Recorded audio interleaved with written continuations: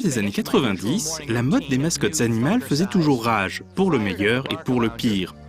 Parmi les quelques mascottes à avoir su tirer leur épingle du jeu, on retiendra par exemple le lézard à la langue bien pendue de Crystal Dynamics, Gex.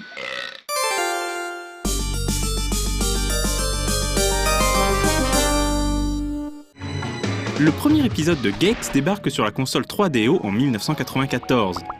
Avec ses graphismes léchés à base de sprites créés en images de synthèse, le jeu s'impose comme l'alter ego 3DO de ce que Donkey Kong Country est à la Super Nintendo. Bon, soyons honnêtes, on n'est pas tout à fait au niveau d'un Donkey Kong Country, mais Gex n'en reste pas moins un excellent jeu de plateforme et l'un des meilleurs titres disponibles sur cette machine, ce qui lui vaudra d'ailleurs d'être rapidement proposé en bundle avec la console. On y incarne donc Gex, un gecko qui passe le plus clair de son temps affalé dans son canapé à regarder la télé.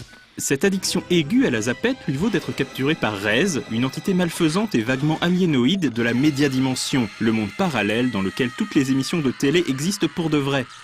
Rez a bien l'intention de se rendre maître de la médiadimension et d'inonder toutes les chaînes d'émissions de télé-réalité et de série Z. Bref, l'apocalypse. Heureusement, Gex veille au grain et va combattre les plans du vilain. L'aventure de Gex prend la forme d'un jeu de plateforme en 2D dans lequel le lézard doit traverser une succession de niveaux. Dans chaque niveau, Gex devra récolter un assortiment de bonus, notamment une télécommande nécessaire pour débloquer le niveau suivant. Gex possède quelques pouvoirs bien pratiques. Il peut tirer la langue pour attraper des bonus tel Yoshi, et en bon gecko qu'il est, grimper à tout type de surface. Il peut également fouetter l'air avec sa queue, éliminant les ennemis au passage. Gex n'était pas un jeu facile, les niveaux étant remplis de pièges et d'adversaires susceptibles d'envoyer Gex à patresse. Même si on gagnait facilement des vies supplémentaires, chaque mort obligeait de reprendre les niveaux du début ou à partir d'un checkpoint, comme c'était la tradition à l'époque. Gex se démarquait de la concurrence par ses répliques sarcastiques et bourrées de références, marque de fabrique que lui empruntera plus tard Duke Nukem. Gex était doublé par le comique américain Dana Gould, plus connu pour sa participation aux Simpsons. Fort de sa popularité sur 3DO, Gex sera porté dès l'année suivante sur PlayStation, Saturn et PC.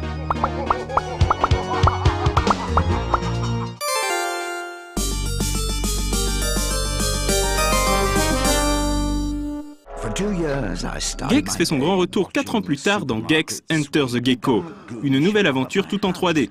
Rez refait des siennes et le gouvernement a besoin du gecko télévisiophile pour l'arrêter une fois de plus.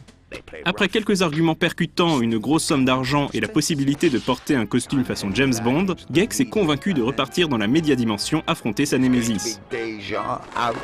Gex Enter the Gecko suit la formule initiée par Mario 64. Un monde hub à partir duquel on peut accéder à différentes zones, autant de mondes en 3D dans lesquels le joueur doit accomplir une série d'objectifs précis. Ce n'est pas très original, mais c'est plutôt bien fait. En passant à la 3D, Gex n'a rien perdu de sa verve, mais ses mouvements sont devenus plus limités. Le coup de langue ne sert plus que dans des situations bien précises et seules certaines surfaces peuvent être escaladées. En échange, Gex a gagné une nouvelle capacité, un double saut fort pratique. On note enfin que comme dans beaucoup de jeux 3D de cette génération, les caméras ne sont pas optimales, empêchant parfois de bien voir où l'on va. Bien que perfectible, Gex Enter the Gecko reste toutefois fort distrayant et plutôt réussi. La deuxième aventure de Gex fera également l'objet d'une version Game Boy Color plutôt soignée qui reprend fidèlement le déroulement de la version 3D sur console de salon.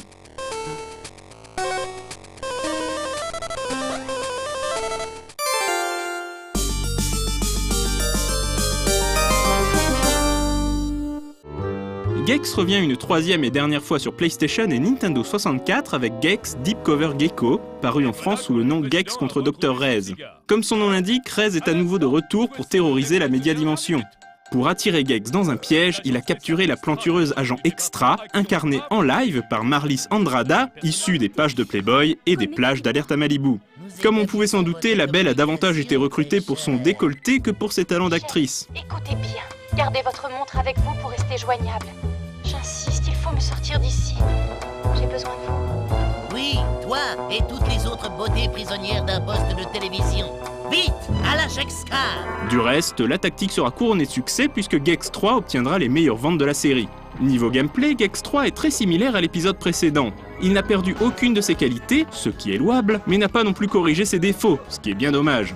Les répliques cinglantes de Gex restent au rendez-vous, même si l'on peut s'étonner du caractère parfois un rien graveleux de certaines blagues. Mais bon, y a pas de lézard. Il veut attaquer votre caverne secrète. Hé, j'en ai plein des secrets, tu veux voir? Gex, cessez vos pitreries et sortez-moi de là. Tout comme Enter the Gecko, Gex 3 fera l'objet d'une version Game Boy Color en 2D plutôt soignée et au gameplay efficace, qui une fois de plus reprend les grandes lignes de sa grande sœur en 3 dimensions.